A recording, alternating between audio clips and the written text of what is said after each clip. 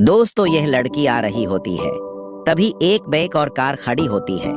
फिर कार वाला उसको देखकर गलत इशारे करने लगता है। दोस्तों आप लास्ट तक देखो इस लड़के साथ आखिर में क्या होता है, आप जानकर बहुत हैरान हो जाओगे। फिर वो लड़का उसको कुछ का घास देता है। फिर वो लड़की उसका घास को खोल कर देखती है तो उसमें पैसे होते हैं। फिर वो लड़की जोर से चिल्लाती है और बाइक वाले के साथ भाग जाती है। फिर वो कार वाला लड़का उनको देखते रह जाता है।